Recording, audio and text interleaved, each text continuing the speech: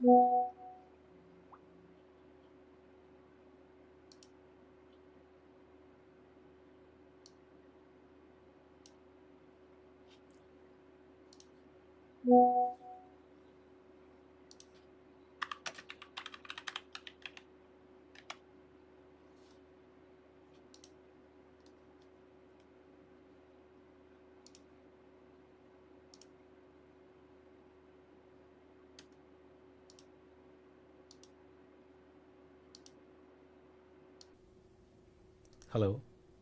Hello,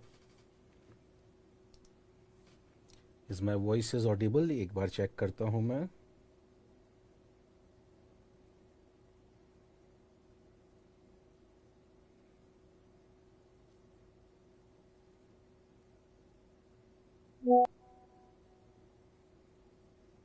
hello hello, yes, my voice is Audible? Is my voice is Audible? एक बार check करता हूँ मैं।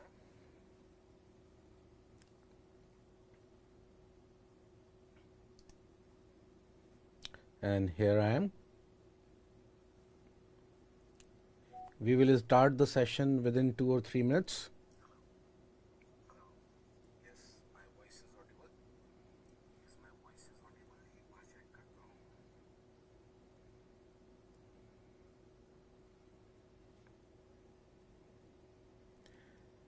Hello all. Good morning all of you. Hope my voice is audible. आप सभी लोगों को मेरी आवाज़ आ रही होगी.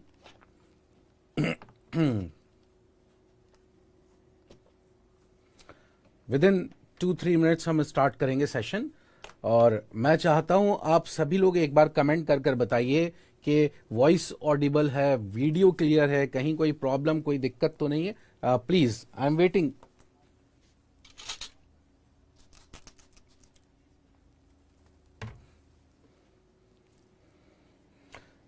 प्लीज एक बार कमेंट कर कर बताइए. प्लीज कमेंट कर कर बताइए कि वॉइस ऑडिबल है, कहीं कोई दिक्कत तो नहीं है. And once again good morning all of you, very good morning.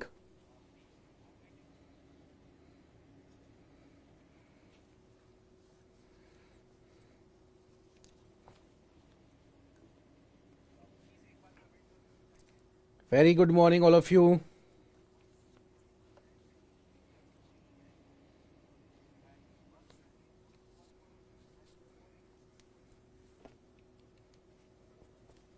I just want you all to share the session as much as you can.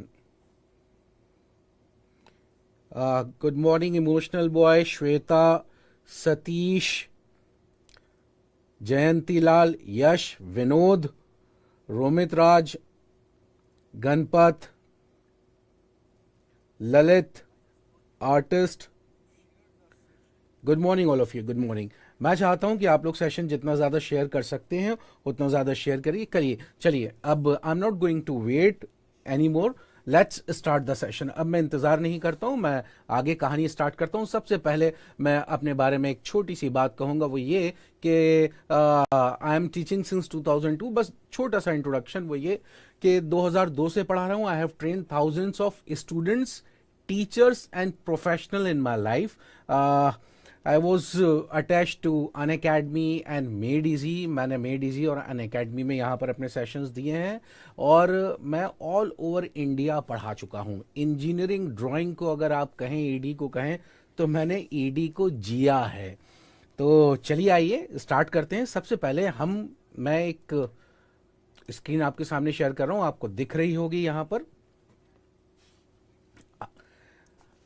यहां पर एक चीज है, मैं आपको बता दूं कि आरपीएससी ग्रुप इंस्ट्रक्टर वैकेंसी 2024, आप ये ऐप डाउनलोड कर सकते हैं. टीसीपी की ऐप आप डाउनलोड कर सकते हैं. और यहां पर चाणक्य बैच में आपको पूरा कोर्स कंप्लीट कराया जाएगा. पूरा कोर्स यहां पर कंप्लीट कराया जाएगा. मैं आप लोग के कमेंट्स थोड़ा बाद में पढ़ूंगा. Yes, good morning all of you. आप लोग के कमेंट्स अब बाद में पढ़ूंगा मैं ओके. नाउ ये बैच के बारे में, दिवाली ऑफर है, यहां पर 10% ऑफ है. आइए बात करते हैं हमारे सिलेबस के बारे में. Rajasthan public service commission Ajmer syllabus यहाँ पर जो है, जो मैं आपको पढ़ाऊंगा, जिस चीज में मैं आपसे बात करूंगा, मैं अभी आपसे सिर्फ वही डिस्कस करने जा रहा हूं। तो my dear friends, the topic that I am going to cover here is from here. ये पूरा सिलेबस था, मैंने उसका एक पार्ट काटा हुआ है, फर्स्ट वाला पार्ट।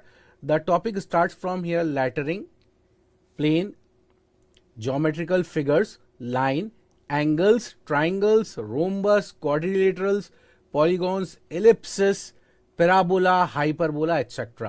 ये parabola, hyperbola, ellipse, circle, point, straight line, intersecting lines, ये these all are the parts of conic section. ये कोनिक सेक्शन का एक भाग है, एक खंड है, एक हिस्सा है, ठीक है।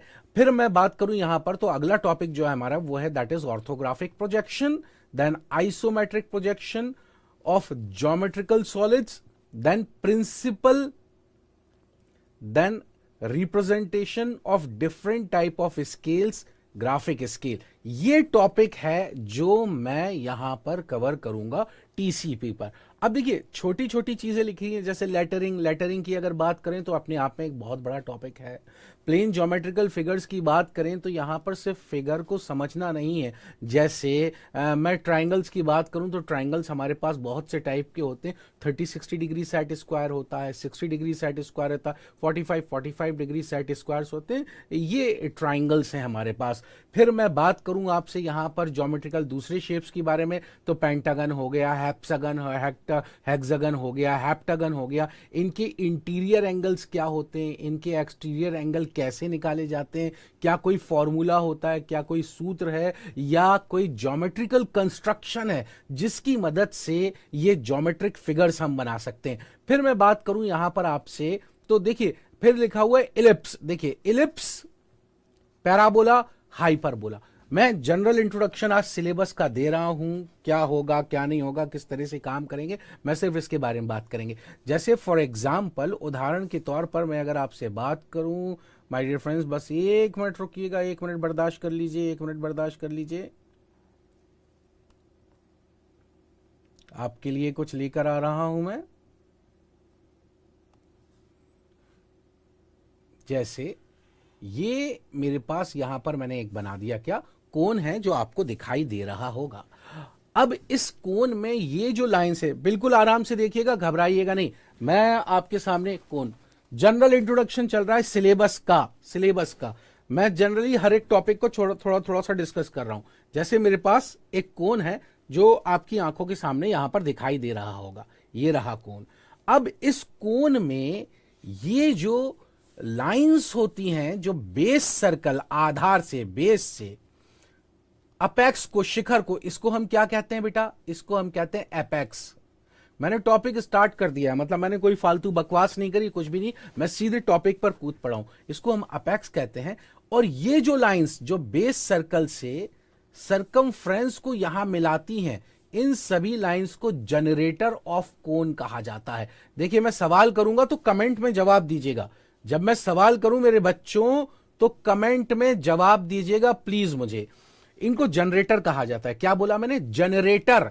और ये जो एक्सट्रीम दो लाइंस दिख रही हैं, जैसे ये वाली लाइन और ये वाली लाइन बिल्कुल एक्सट्रीम में, इनको कहा जाता है END, एंड जनरेटर। इनको एंड जनरेटर। एंड मतलब क्या होता? कॉर्नर, छोर, कि अब इसके बाद कुछ भी नहीं है, इनको कहा जाता है एंड जनरेटर। तो मैं अब आपसे एक सवाल करता हूं, उस सवाल का देखिए आप मुझे। गुड मॉर्निंग, उन सभी लोगों को गुड मॉर्निंग दोबारा बोल देता हूं। मैं बोलता हूं ये रहा। अब एंड जनरेटर मैं किसको कह रहा हूं मेरे दोस्तों? मैं एंड जनरेटर कह रहा हूं कोन के इस वाले ट्राइंगल में जो दिख रहा है, जो ये वाली एज है, एक्सट्रीम एंड, इसको एंड जनरेटर कहते हैं। तो सवाल ये है, कोन के अंदर कितने जनरेटर होंगे? द आंसर इज इनफाइनाइट हो सकते हैं सर कोन के अंदर जनरेटर। दूसरी बात वो ये बताओ, क्या कोई भी जनरेटर एंड जनरेटर बन सकता है या नहीं? मैंने सवाल किया है, आप मुझे कमेंट कर जवाब दीजिए अगर आपको समझ में आया है तो। मैंने सवाल करा, आप कमेंट कर जवाब दीजिए अगर आपको समझ में आया। मैंने कहा क्या कोई भी, देख लीजिए एक बार, मैं ऐसे साइड में हो जाता हूं ऐसे और आपको दिखाता हूं। I am talking about this cone. इस कोन में बेस सरकमफ्रेंस से अपेक्स को मिलाने वाली हर लाइन जनरेटर कहलाती है। और जो एकदम एंड में दिख रहे हैं वो एंड जनरेटर कहलाते हैं। अब अगर मैं कोन को यूं घुमा दूं तो जो जनरेटर अभी यहां पर दिख रहा था वो कॉर्नर में आ जाएगा, तो अब ये एंड जनरेटर बन गया और यहां पर भी एंड जनरेटर शिफ्ट हो गया। इसका मतलब ये समझ में आया कि कोई भी जनरेटर एंड जनरेटर की तरह बिहेव कर सकता है। ये एक जनरल बात कही। अब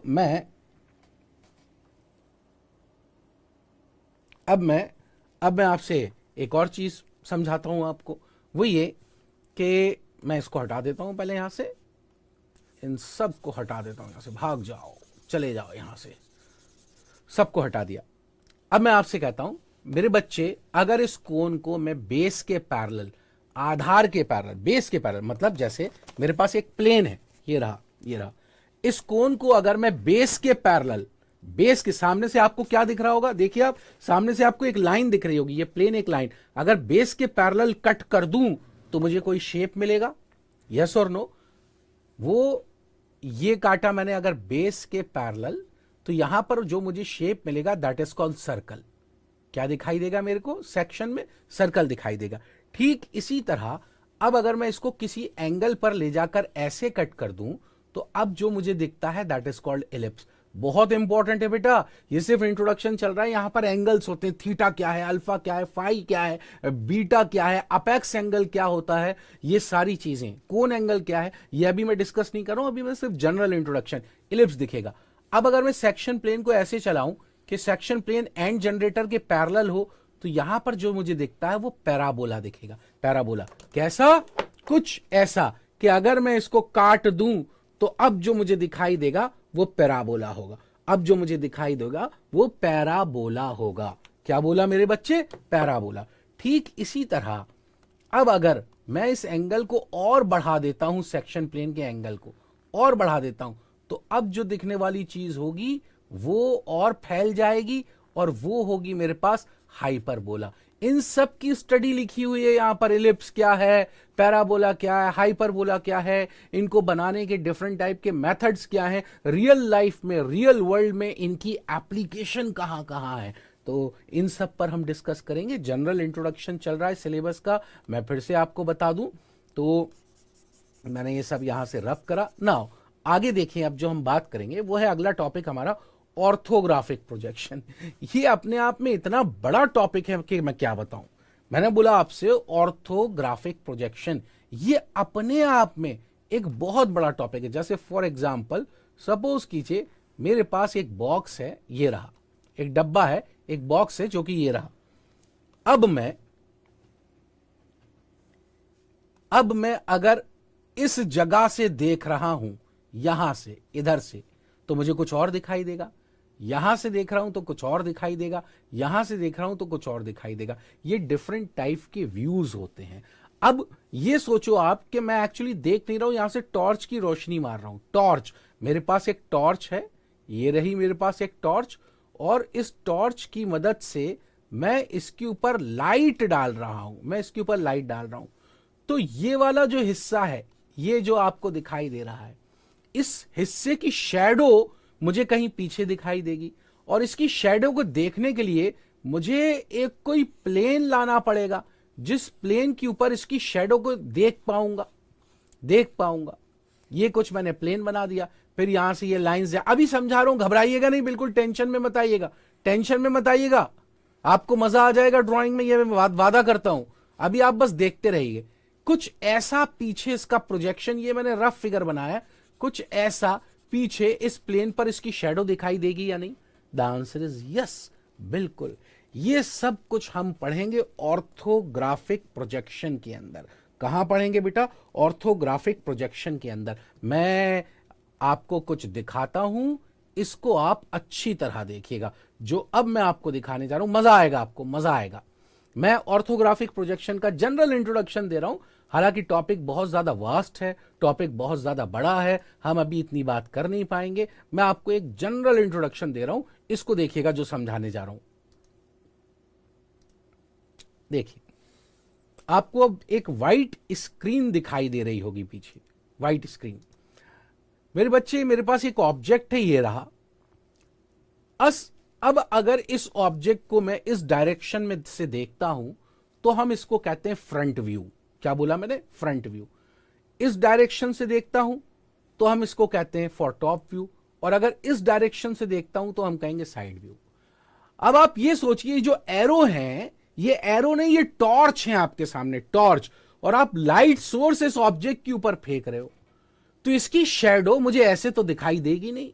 इसकी शैडो को देखने के लिए मुझे कोई प्लेन लाना पड़ेगा, कोई प्लेन, और उस प्लेन पर ये लाइंस जाकर टकराएंगी और अब जो शेप बनाएंगी वो मुझे, अब जो शेप मिला वो शेप मेरा फ्रंट व्यू कहलाएगा। क्यों? क्योंकि मैंने इसको इस डायरेक्शन से देखा। ठीक इसी तरह ये वर्टिकल प्लेन कहलाता है, बाद में बात करेंगे इसके बारे में। जनरल इंट्रोडक्शन चल रहा है। जनरल मतलब सिर्फ ये कि सर क्या है ड्राइंग में, क्या पढ़ना है। बहुत से लोग ऐसे होंगे जिन्होंने पहले पढ़ा होगा, भूल गए होंगे। बहुत से लोग ऐसे होंगे जिनका बिल्कुल पहली बार होगा। तो जनरल में बस बातें कर रहा हूं आपसे, है ना। ये फ्रंट व्यू। ठीक इसी तरह टॉप अगर मैं इसका देखूं तो टॉप ऐसा दिखाई देगा, और साइड अगर देखूं तो इसका साइड कुछ ऐसा दिखाई देगा। लेकिन ये सब कुछ मुझे ऐसे 3D में तो नहीं बनाना, एक प्लेन पेपर पर बनाना है। तो मैं क्या करता हूं, इसको अच्छी तरह देखिएगा। इस प्लेन को मैं यहां धक्का दे देता हूं, इस प्लेन को मैं ऐसे धक्का दे देता हूं, खोल देता हूं। इस प्लेन को भी मैं पीछे धक्का दे देता हूं, इस प्लेन को भी मैं पीछे धक्का, और इस वाले प्लेन को मैं नीचे धक्का दे देता हूं, इस वाले प्लेन को मैं नीचे धक्का दे देता हूं। तो जो फ्रंट आपको दिख रहा है वो फ्रंट यहां पर कुछ ऐसा ये बन गया।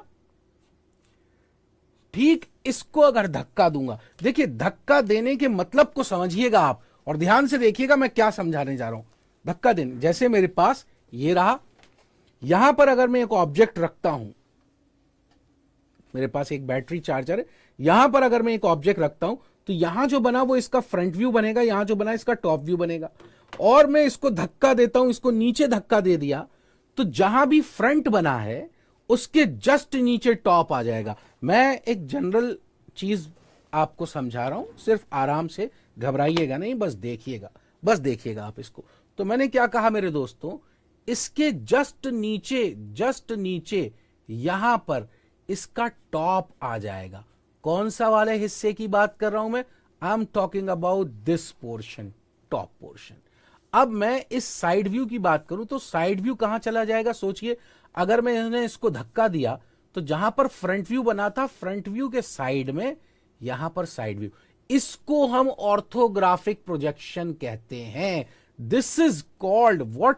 Ortho, ORTHOGRAPHIC, orthographic projection. और ये जो आपके सामने बना है इसको हम कहते हैं पिक्टोरियल प्रोजेक्शन, पिक्चर नुमा, जिसको देखने से बहुत अच्छा लगता है।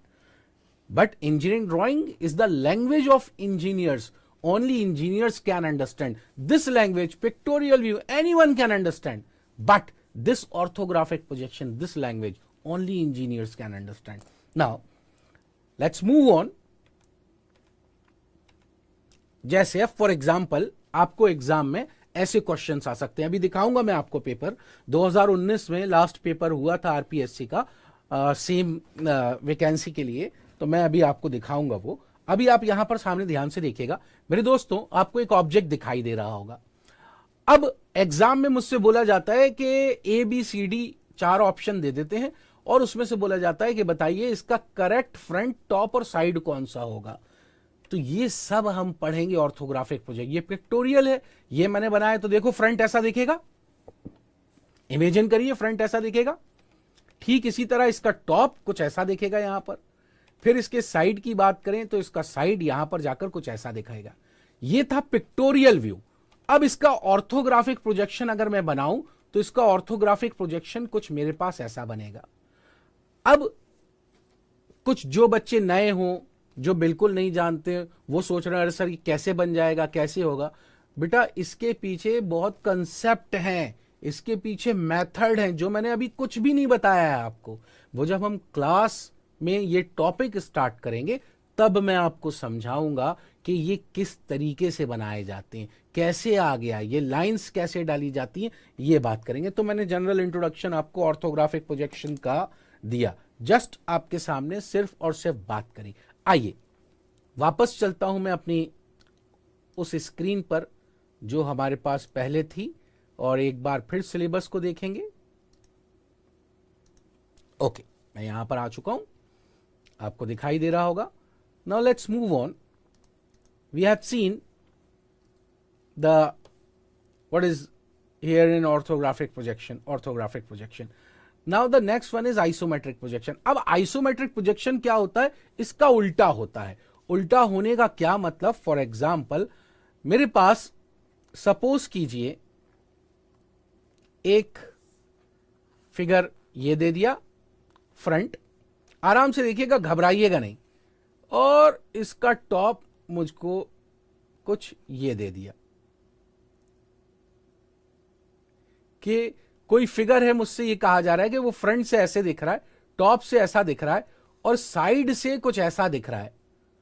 तो अब मुझसे कहा जा रहा है कि ये जो है ये क्या है? This is called front view, this is called top view, this is called side view. अब मुझसे ये कहा जा रहा है कि अगर कोई ऑब्जेक्ट ऐसा दिख रहा है तो उसको कन्वर्ट कर कर बताओ कि वो 3D में कैसा दिखेगा, 3D में कैसा दिखेगा। तो अगर मैंने उसको 3D में बनाना है, 3D में, तो देखिएगा कि वो 3D में कुछ कैसा दिखाई देगा।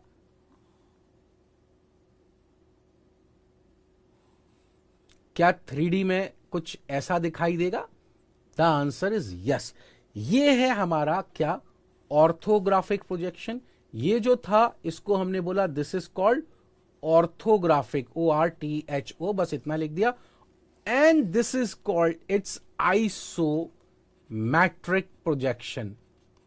अब आइसोमेट्रिक भी मैंने ऐसे ही बोल दिया, एक्चुअली आइसोमेट्रिक किसी चीज का पार्ट है, मतलब आइसोमेट्रिक का एक पार्ट है, मेन पार्ट है, जिसको हम कहते हैं एक्सोनोमेट्रिक प्रोजेक्शन। उस एक्सोनोमेट्रिक प्रोजेक्शन में 3 टाइप होते हैं। पहला होता है डायमेट्रिक प्रोजेक्शन, दूसरा होता है ट्राइमेट्रिक प्रोजेक्शन, और फिर होता है हमारा आइसोमेट्रिक प्रोजेक्शन। तो isometric projection, trimetric projection, dimetric projection, इन सब में डिफरेंस क्या होता है? उससे पहले सर ये एक्सोनोमेट्रिक प्रोजेक्शन क्या होता है, क्या ये भी किसी चीज का पार्ट है? ये सब पढ़ाया जाएगा आपको क्लास के दौरान, सारी चीजें। अभी मैं फिर आपसे कहूं कि हमारा सिर्फ जनरल इंट्रोडक्शन चल रहा है। Thank you Jayantilal, thanks a lot. If you really like, please like the session by pressing the thumb. Please like the session and please share as much as you can. जितना आप share कर सकते हैं उतना करें। वापस आते हैं हम अपने सिलेबस पे, isometric. Now geometrical, isometric of geometrical solids. तो जो अभी मैंने आपको बताया क्यूबॉइड, वो एक ज्योमेट्रिकल सॉलिड था। फिर representation of different type of scales. Now ये एक्चुअली टॉपिक हम सबसे पहले पढ़ेंगे, जो सबसे लास्ट में लिखा है ना वो सबसे पहले पढ़ेंगे। टॉपिक क्या लिखा है था वहां पर? Representation of different type of scales. अब स्केल एक बहुत इंपॉर्टेंट चीज है। आप सोचिए एक इंजीनियर के लिए कितनी इंपॉर्टेंट चीज हो सकती है कि वो इतनी बड़ी बिल्डिंग की ड्राइंग, इतने बड़े मॉल की ड्राइंग, इतने बड़े शिप की ड्राइंग, इतने बड़े एयरक्राफ्ट की ड्राइंग एक छोटे से पेपर पर ले आता है आराम से। आप सोचिए कितना जबरदस्त कमाल है कि हम मैप्स, गूगल मैप्स चालू करते हैं और हमें एग्जैक्ट दिखाता रहता है कि अब यहां पर मुड़ना है, अब ऐसा मुड़ना है, अब ऐसा मुड़ना है। इवन आप किसी एरिया में जाएंगे तो उसको छोटा कर कर आप, ये सब किसकी मदद से हो रहा है?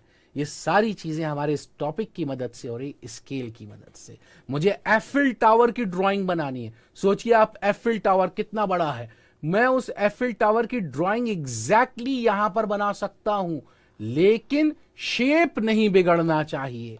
आपने सुना मैंने क्या बोला? ये नहीं कि मैंने एफिल टावर को पकड़कर दबा दिया तो शेप बिगड़ गया। मुझे उसको छोटा करके ड्राइंग बनानी है, हूबहू शेप वैसा ही रहना चाहिए। तो ये सब हमारी मदद करता है कौन? स्केल। स्केल की मदद से हम किसी भी ऑब्जेक्ट की ड्राइंग को रिड्यूस कर कर बना सकते हैं, किसी भी ऑब्जेक्ट की ड्राइंग को इनलार्ज कर कर बना सकते हैं। स्केल के अंदर हमारे पास डिफरेंट टाइप्स ऑफ स्केल्स हैं। जैसे हमारे पास टाइप्स की अगर मैं बात करूं, TYPES टाइप्स, मेरी राइटिंग बहुत गंदी है, माफी चाहता हूं, जैसे डॉक्टर्स की होती है उससे भी गंदी है। सबसे पहले है मेरे पास प्लेन स्केल, जिसको हिंदी में सरल मापक कहा जाता है। फिर हमारे पास होता है डायगोनल। इसको आपको लिटरली मजा आ जाएगा जब आप मेरे से पढ़ेंगे ये टॉपिक ना, तो आप यकीन करिए आपका दिल चाहेगा कि आप किसी को पढ़ा दें। मैं वादा करता हूं आपका दिल ये चाहेगा कि यार ये टॉपिक पढ़ने के बाद आप किसी को पढ़ा दें। प्लेन स्केल, डायगोनल स्केल, मैं कहता हूं ना कि आई have train thousands of teachers and professionals in my life. मैंने स्टूडेंट से ज्यादा, आप यकीन करिए कि मुझसे टीचर्स और प्रोफेशनल्स बहुत पढ़ के गए। प्लेन, डायगोनल, फिर उसके बाद आता है हमारा कंपैरेटिव स्केल, फिर आता है हमारे पास वर्नियर स्केल, फिर हमारे पास आता है हमारा स्केल ऑफ कॉर्ड्स। ये वर्नियर स्केल, इसकी एप्लीकेशन आपने नाम सुना होगा, vernier calliper. Vernier calliper device होता है जो बहुत माइन्यूट किसी भी पार्ट को मेजर करना उसके लिए काम आता है। ठीक इसी तरह नेविगेशन में एक डिवाइस यूज होता है जिसको हम कहते हैं सेक्सटेंट। एक डिवाइस यूज होता है जिसका नाम ये होता है। एक डिवाइस यूज होता है सर्वेइंग में, थियोडोलाइट। थियोडोलाइट, ये जितने भी डिवाइसेस हैं, जितने भी डिवाइस है, उन सब में वर्नियर की एप्लीकेशन देखी जाती है, वर्नियर की। तो हम बात करेंगे, जब हम स्केल्स को पढ़ेंगे तब हम देखेंगे कि डिफरेंट टाइप ऑफ स्केल्स क्या क्या है। मैं फिर बोलूं कि मैं जनरल इंट्रोडक्शन आपको सिर्फ सिलेबस का दे रहा हूं कि क्या क्या चीजें हैं। नाउ यही था हमारा लास्ट टॉपिक। अब ये जो छोटे छोटे, अब यहां पर एक चीज और है बेटा, आप ऊपर जाएंगे तो यहां पर आपको इधर से देखिएगा आप, लॉ ऑफ पैरेललोग्राम, मैं कलर चेंज करता हूं पेन का, law of parallelogram of forces से लेकर और ये हमारा यहां तक, मतलब law of parallelogram of forces नहीं, इसके ऊपर, सॉरी, यहां से law of parallelogram of forces, resultant of two और more forces, basic condition of equilibrium, law of polygon of forces, movement and its application of movements, क्या होता है movement, है ना, Newton's laws of motion, work, power, energy, work done by constant force. यहां तक का जो टॉपिक है वो टॉपिक है इंजीनियरिंग मैकेनिक्स का, या आप अप्लाइड मैकेनिक्स का कह सकते हैं। ये टॉपिक भी शायद मैं आपके साथ मैं डील करूं, मजा आएगा, है ना। तो ये सारी चीजें हैं, ये सारी बातें हैं। Thank you, thanks a lot, thank you, thanks a lot. तो ये सारी बातें हैं माय डियर फ्रेंड्स, जिन पर हम बात करेंगे, जिन पर हम चर्चा करेंगे। और अब हम एक चीज आपके सामने फिर शेयर करने जा रहा हूं, वो ये कि मैं अब आपको दिखाने जा रहा हूं, सिलेबस के बारे में बात करते हैं, सॉरी, हम बात करते हैं हमारे जो लास्ट एग्जाम हुआ था 2019 में, उसमें जो क्वेश्चंस पूछे गए थे, एक बार उनके बारे में बात करें। तो मैं अब आपको फिर कुछ दिखा रहा हूं, तो आप इसको देखिएगा। ओके, अब देखिएगा ध्यान से मेरे बच्चे, ये 8 नंबर का क्वेश्चन हिंदी इंग्लिश दोनों में है। ये 2019 का पेपर है, मैं आपको दिखा देता हूं। यहां पर ये देखिए, ये लिखा हुआ है 2018, परीक्षा दिनांक 7/11/2019 में पूछा गया था। पेपर कोड ये था, मार्क्स, मैक्सिमम मार्क्स 450 थे यहां पर। और यहां पर ये शुरुआत में जो ये सब मैकेनिक्स का क्वेश्चन है, 2 railway engine weighing 120 kilo Newton and 100, ये मैकेनिक्स का क्वेश्चन है। A bullet of mass 120 gram is fired into a target of mass 10 kg। मजा आएगा जब इस टाइप के क्वेश्चन करेंगे। The maximum and minimum resultant of 2 forces, ये रिजल्टेंट के क्वेश्चन है ना। तो ये सब हुआ तो मैं पढ़ाऊंगा। अब यहां से 8 क्वेश्चन से ड्राइंग शुरू होती है। अब आप देखिए ड्राइंग के कितने क्वेश्चन आए। 8 नंबर का question, both elevation and plan of a point lie above xy line, the point is in second quadrant, इसका आंसर है। पढ़ाऊंगा तब समझ में आएगा। which is not true in case of isometric projection, all lines that are parallel। देखिए isometric projection का question है, 10th नंबर का question, the following is use for dimension line. अब इंजीनियरिंग ड्राइंग में डिफरेंट टाइप की line इस्तेमाल करी जाती है, continuous line, thick line, thin line, dash line, double dash chain line, centre line. Sir किस लाइन की एप्लीकेशन कहां होती है? देखिए इस पर बेस्ड क्वेश्चन है, इस पर बेस्ड क्वेश्चन है, question number 10, the following is used for dimension line. कौन सी लाइन डायमेंशन लाइन में इस्तेमाल की जाती? Continuous thin line, continuous thick line, chain thin line, zigzag. The answer is 2, continuous thin line. फिर the eccentricity of an ellipse, बड़ा मजेदार topic है, मजा आ जाएगा जब आपको इसेंट्रिसिटी पढ़ाऊंगा कि क्या होती है। कोई पॉइंट, कोई बिंदु जब किसी प्लेन में मूव होता है, जब किसी प्लेन पर चलता है, तो उस पॉइंट का किसी फिक्स पॉइंट से और किसी स्ट्रेट लाइन से जो डिस्टेंस का रेशियो होता है, उस रेशियो को हम इसेंट्रिसिटी कहते हैं। कभी वो रेशियो की वैल्यू 1 होती है, कभी लेस देन 1, कभी ग्रेटर देन 1। तो हमें कभी इलिप्स मिलता है, कभी पैराबोला मिलता है, कभी हाइपरबोला मिलता है। और जब इसकी वैल्यू 0 हो जाती तो हमें सर्कल मिलता है। बड़ा मजेदार है कि सर इसेंट्रिसिटी में इसेंट्रिसिटी सर्कल की 0 कैसे हो जाती है, किस तरीके, मैं आपको ये सब सिखाऊंगा सारी बातें। देखिए अगला क्वेश्चन 12th नंबर का क्वेश्चन देखो मेरे भाई। अभी बात करी थी मैंने आपसे कंपैरेटिव स्केल, सुना था मैंने, लिख के बताया था आपको कंपैरेटिव स्केल क्या होता है। Comparative same RF but read different, यही आंसर है इसका, पहले ही आंसर है same RF but graduated to read different units. यहां पर ग्रेजुएटेड और लिखना चाहिए था इनको। 12th नंबर का क्वेश्चन देखिए, मैं अभी डिस्कस ही कर रहा था। फिर अगला question, a right circular cone is cut by a plane inclined और horizontal plane angle greater than the base angle for the, यहां इलिप्स मिलेगा, पैराबोला मिलेगा। फिर देखिए ये क्वेश्चन डिस्कस करा था 14 नंबर का, याद है? ये मैंने बोला था कि एक 3D फिगर दे देंगे और 3D फिगर देने के बाद आपसे बोलेगा side view, front view, top view बताओ। तो ये यही पूछ रहा है कि करेक्ट राइट साइड व्यू कौन सा होगा। मैंने अभी डिस्कस करा था आपसे।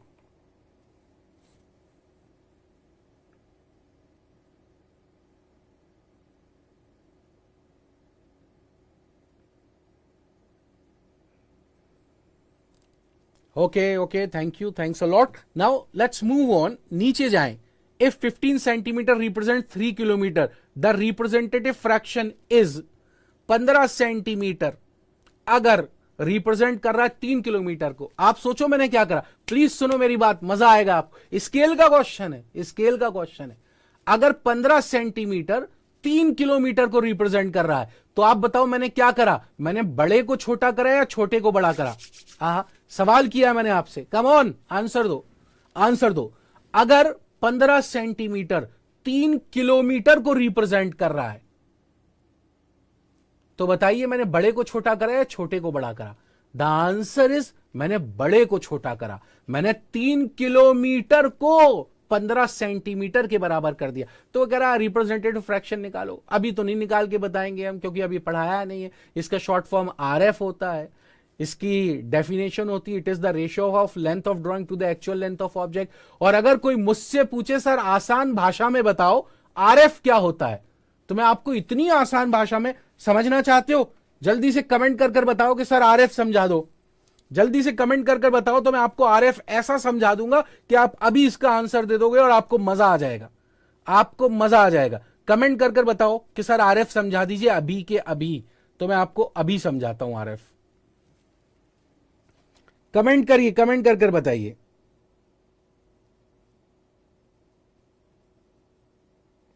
कमेंट कर कर बताइए, बड़े को छोटा करा या छोटे को बड़ा करा?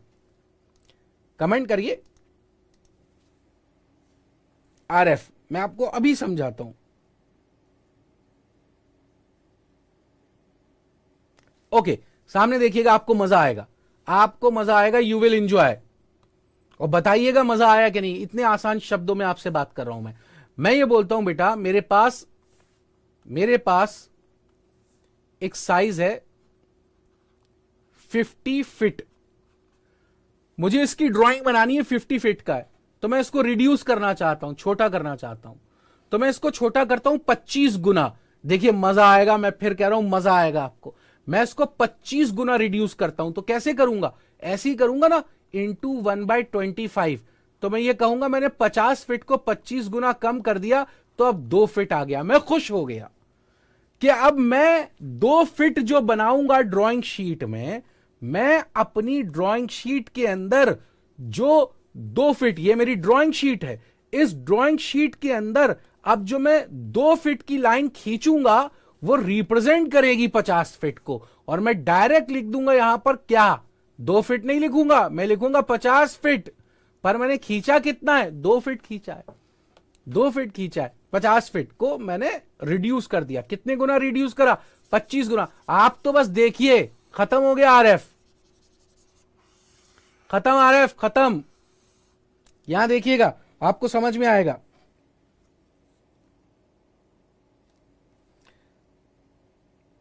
The full form of RF is representative fraction. The full form of RF is representative fraction. बहुत से लोग representative factor भी कहते हैं। तो अब सुनो, ये क्या थी? ये सॉरी, ये क्या थी? ये क्या मैं इसको ये लिख सकता हूं?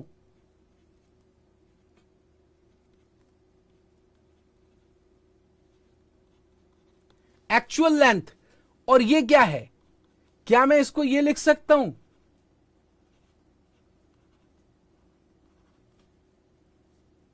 लेंथ ऑन ड्राइंग, या आप लिख दो drawing sheet, length on drawing या फिर लेंथ ऑन ड्राइंग शीट। आप बताइए 50 फीट एक्चुअल लेंथ थी और 2 फीट क्या है, 2 फीट आ गई कि मुझे ड्राइंग शीट पर जो लेंथ लेनी वो कितनी है। मेरे बच्चे जो ये दिख रहा है ना, ये क्या है? अरे यार यही तो है आरएफ, यही तो है रिप्रेजेंटेटिव फ्रैक्शन। तो आप बताओ, आपको रिप्रेजेंटेटिव फ्रैक्शन ने क्या बता दिया?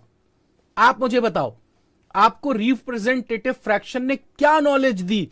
मुझे बताओ, मैं ये लिख रहा हूं, क्या आपको रिप्रेजेंटेटिव फ्रैक्शन ने यह बता दिया कि आप ऑब्जेक्ट के साइज को कितने गुना कम कर रहे हो? In how many times you are reducing the size of the object? आप बताओ, आरएफ ने आपको यह बताया या नहीं बताया? प्लीज मुझे कमेंट कर कर बताइए कि आरएफ ने आपको यह बताया कि आप एक्चुअल साइज को 25 गुना कम कर रहे हो, 25 गुना कम कर रहे हो। अब अगर आपके समझ में आ गया, अब अगर आपके समझ में आ गया, तो सड़क चलते भी कोई आदमी अगर आपसे ये कहे कि ये बताओ आरएफ क्या होता है, तो आप उसको आसानी से कह सकते हो कि ये जो सामने बिल्डिंग दिख रही है ना, ये 50 फीट की बिल्डिंग है। अब इस बिल्डिंग की ड्राइंग अगर मैं ड्राइंग शीट पे बनाता हूं तो मैं इसको 25 गुना कम कर दूंगा। तो ये जो 25 गुना मैंने कम किया, इसी को हम आरएफ कहते हैं। अगर कोई मुझसे कहे, कोई जैसे प्रैक्टिकल हो रहा है या कोई आपसे इंटरव्यू में पूछता है, ये बताओ आरएफ से आप क्या समझते हो, तो बहुत से लोग फॉर्मूला, सर ये इसका फॉर्मूला ये होता है, इसके अपॉन में ये आ जाता है, ये नहीं, वो आपसे ये पूछना चाह रहे थे, कोई इंटरव्यूअर आपसे ये जानना चाहता है आपको नॉलेज कितनी है एक्चुअल। तो आप उससे ये कह सकते हो, सर आरएफ हमको ये बताता है कि हम किसी भी साइज को, किसी भी ऑब्जेक्ट के साइज को कितने गुना रिड्यूस कर रहे हैं या कितने गुना इनलार्ज कर रहे हैं। अब इसी क्वेश्चन में इसी में अगर मैं इसको 50 फीट इंटू 25 कर देता, जो भी आंसर आता, वॉट एवर आंसर, जो भी आंसर आता, अगर मैं इसको 25 कर देता, तो अब मैंने क्या बोला? अब मैं इसको बोलता, मैंने इसको 25 टाइम्स इनलार्ज करा। लेकिन दोनों बार मैं 25 ही बोल रहा हूं। यहां पर क्या बोलूंगा? मैं बोलूंगा यहां पर 25 गुना 25 टाइम्स कम किया, और यहां पर क्या बोल रहा हूं? 25 टाइम्स बढ़ा दिया। तो यहां पर आरएफ की वैल्यू क्या हो जाएगी? 25/1, और यहां पर आरएफ की वैल्यू क्या हो जाएगी? 1/25। मैं यहीं रुक गया हूं, आप सभी बच्चों से पूछता हूं,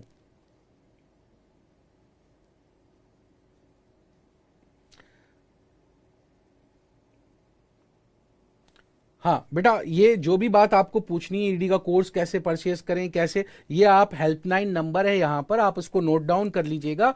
शुरुआत में मैंने आपको दिखाया भी था वो हेल्पलाइन नंबर, आप इसको नोट डाउन कर लीजिए। यहां पर ये लिखा हुआ है 7999720833।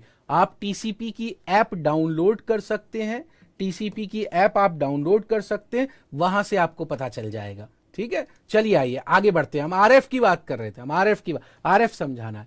तो अब अगर आप यहां पर देखो, अगर मैं इसको आरएफ लिखा तो आरएफ को इज इक्वल्स टू, तो सबसे पहले मैं ये सब मिटा दूं, ये सब मिटा दूं, आप समझो मेरे बच्चे। आरएफ इसको यहां पर रखा, तो यहां पर क्या है? यहां पर है LENGTH, length on drawing, D लिखा है।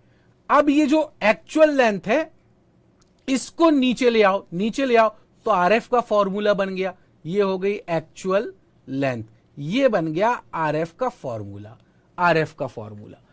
मैं उम्मीद करता हूं आपको बात समझ में आ गई होगी, आपको बात समझ में आ गई होगी। अब मैं आपको सिखाऊंगा भी, आप लोग अच्छी तरह देख लो। आरएफ का फॉर्मूला क्या हुआ? Length on drawing upon actual length, length on drawing upon actual length. अब आप सभी लोग इस बॉक्स के अंदर देखो, इस बॉक्स के अंदर यहां पर, अब मैं आपसे कहूं कि अब मैं अगर आपसे कहूं कि 15 सेंटीमीटर रिप्रेजेंट कर रहा है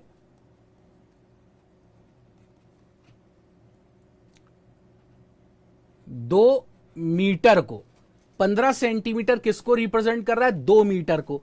तो अब आप बताओ ये क्या है? ये क्या हो गया? ये हो गई लेंथ ऑन ड्राइंग। ये क्या हो गया? ये हो गई वास्तविक लंबाई, एक्चुअल लेंथ। आरएफ का फॉर्मूला क्या होता है? Length on drawing upon actual length 15 centimetre upon 2 metre. अब लेकिन कोई ऑपरेशन परफॉर्म नहीं हो सकता, काट नहीं सकते हम, क्यों?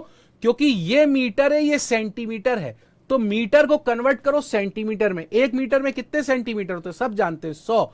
तो 15/2 इंटू 10 की पावर 2, और ऊपर भी सेंटीमीटर आ गया और नीचे भी सेंटीमीटर आ गया, और सेंटीमीटर से सेंटीमीटर चला गया, ये आ गया आरएफ। अब चाहो तो इसमें से एक 10 बाहर लेकर आप इसको काट सकते हो, आप इसको ऐसे लिख सकते हो 15/2 इंटू 10 इंटू 10, 5 2 10, सॉरी 5 2 10, 5 3 15, ऊपर 3 नीचे 2, तो ये 2 2 क्या हो गया, 4 हो गया।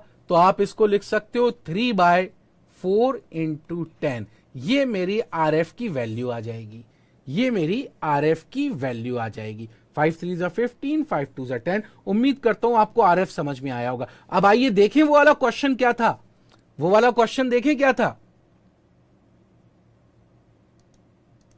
उससे पहले ये यूनिट्स का मालूम होना जरूरी है। क्या 10 मिलीमीटर के अंदर 1 सेंटीमीटर होते हैं, 10 सेंटीमीटर के अंदर 1 डेसीमीटर होते हैं, 10 डेसीमीटर के अंदर 1 मीटर होते हैं, 10 मीटर के अंदर 1 डेका DECA डेका मीटर होते हैं, 10 डेका मीटर के अंदर 1 हेक्टोमीटर होता है, और 10 हेक्टोमीटर के अंदर 1 किलोमीटर होता है। अब बताओ 1 किलोमीटर में कितने सेंटीमीटर होंगे? अब बताओ 1 किलोमीटर में कितने सेंटीमीटर? बहुत आसान है, जादू, बिल्कुल। किलोमीटर से कहां जाना है? सेंटीमीटर तक जाना है। देखो मैंने एरो बना दिया। किलोमीटर से कहां जाना है? देखो फिर से, इस किलोमीटर से लेकर मुझे सेंटीमीटर तक जाना है। गिन लो कितनी बार 10 आया, 1 2 3 4 5। मतलब मैं लिख सकता हूं 1 किलोमीटर इक्वल्स टू 10 की पावर 5 सेंटीमीटर। जल्दी बताइए क्लियर है या नहीं?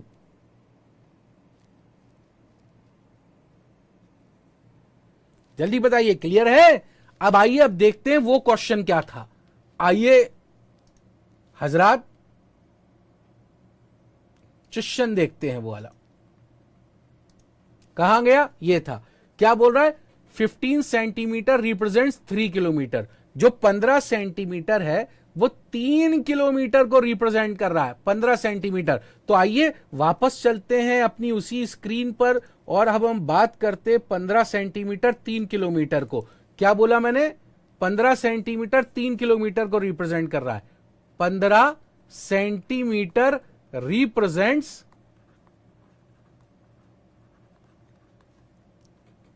कितने किलोमीटर? 10 किलोमीटर। तो अब आरएफ निकालना है। आरएफ तो देखिए ये क्या है, ये है लेंथ ऑन ड्राइंग, और ये क्या है? This is called actual length. तो आरएफ क्या हुआ? Length on drawing by actual length 15 centimetre upon 10 kilometre. Kilometre को सेंटीमीटर में कन्वर्ट करो, अभी बताया था। 15 सेंटीमीटर अपॉन 10 इंटू 10 की पावर 5 सेंटीमीटर। सेंटीमीटर से सेंटीमीटर गया, 5 3 15, 5 2 10। आरएफ आ गया 3/2 इंटू 10 की पावर 5। आइए चलिए क्वेश्चन में देखते हैं 3/2 इंटू 10 की पावर 5 कहीं पर मौजूद है या नहीं है। ओ 3 किलोमीटर था, सॉरी मैंने 10 किलोमीटर ले लिया, 3 किलोमीटर था क्वेश्चन में, माफी चाहता हूं, 10 किलोमीटर ले लिया, 3 किलोमीटर है क्वेश्चन में। क्वेश्चन में 3 किलोमीटर है, मैंने गलती से 10 किलोमीटर ले लिया, माफी चाहता हूं। तो देखिए 15 सेंटीमीटर रिप्रेजेंट कर रहा है किसको? 3 किलोमीटर को। तो और आसान हो गया, 15 सेंटीमीटर बाय 3 इंटू 10 की पावर 5 सेंटीमीटर। सेंटीमीटर से सेंटीमीटर, 3 1 3 5 15, 5 2 10। तो यहां पर क्या बचा? क्या बचा बताओ? देखो और छोटा करके लिख देता हूं, 5/10 इंटू 10 की पावर 4, 5 1 5 2 10। तो आरएफ कितना आ गया? 1/2, 1 2 3 4, 4 0। ये है आरएफ। उम्मीद करता हूं आप सभी बच्चों को क्लियर हो गया होगा। एक बार देखें चल के, एक बार देखें चलकर, तो फोर्थ वाला आंसर करेक्ट है, फोर्थ वाला आंसर करेक्ट है।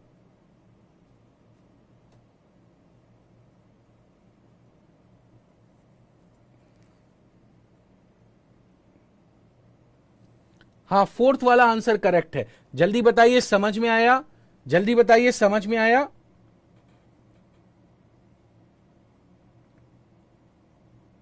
Yes, fourth option is correct, fourth option is correct.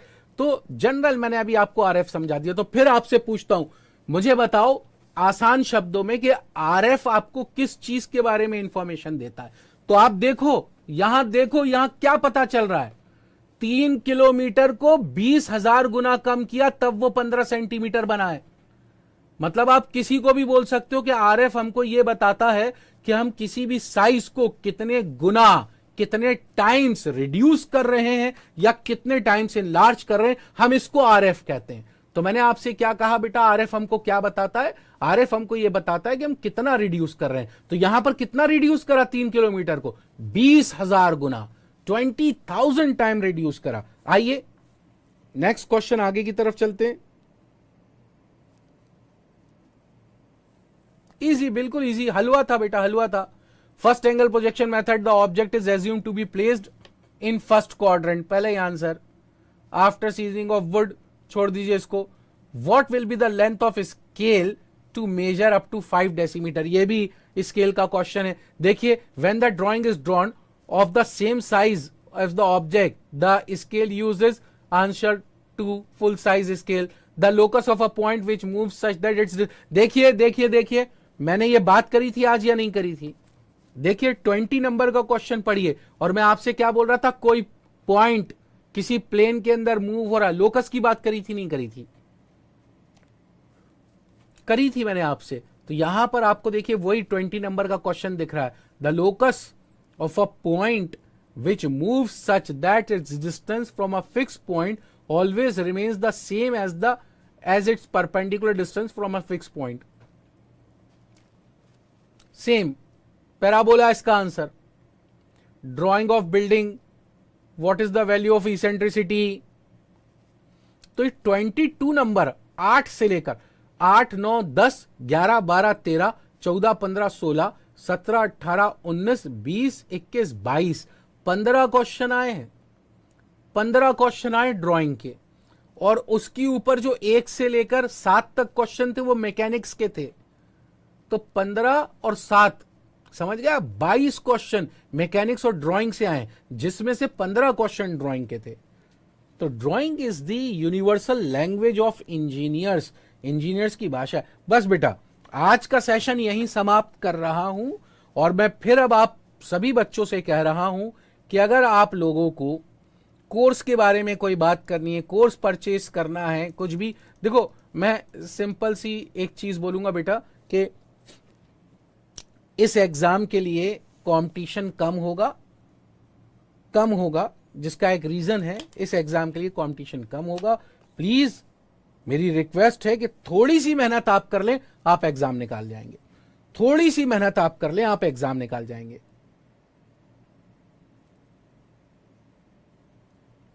थोड़ी सी मेहनत कर लोगे, आराम से एग्जाम निकाल जाओगे।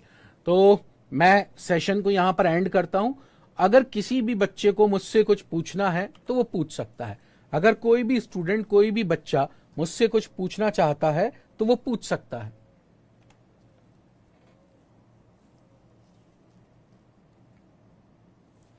जब आप बैच में आ जाएंगे तो आपका एक ग्रुप बना दिया जाएगा।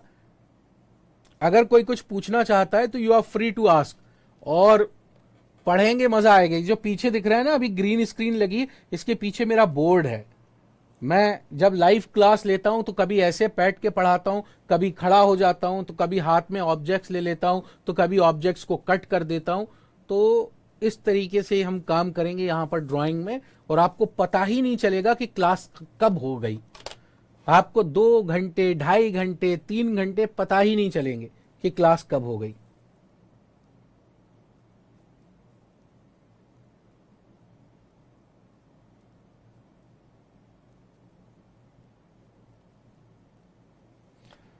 आप बेटा यहाँ पर फॉलो कीजिए, यहाँ पर फॉलो कीजिए, इस चैनल को फॉलो कीजिए तो आपके सामने अपडेट्स आते रहेंगे। आप इस चैनल को फॉलो कीजिए तो आपके सामने अपडेट्स आते रहेंगे।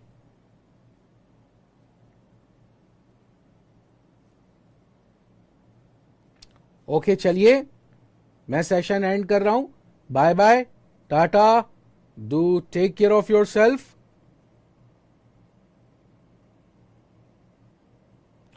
माई नेम इज हैदर, मेरा नाम है Haider.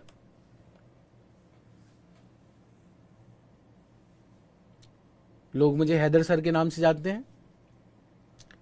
These were my classes. और मैं फिर से आपसे एक बात कह दूं, वो ये कि थोड़ी सी मेहनत करेंगे आप एग्ज़ाम निकाल कर ले जाएंगे। थोड़ी सी मेहनत करेंगे आप एग्ज़ाम निकाल कर ले जाएंगे, बहुत अच्छे मार्क्स से निकाल कर ले जाएंगे। Thank you Manipal Singh, thank you Ramit Raj, thank you, and thanks all for being here. Thank you. Thanks a lot. Bye bye and take care of yourself. Bye bye and take care of yourself.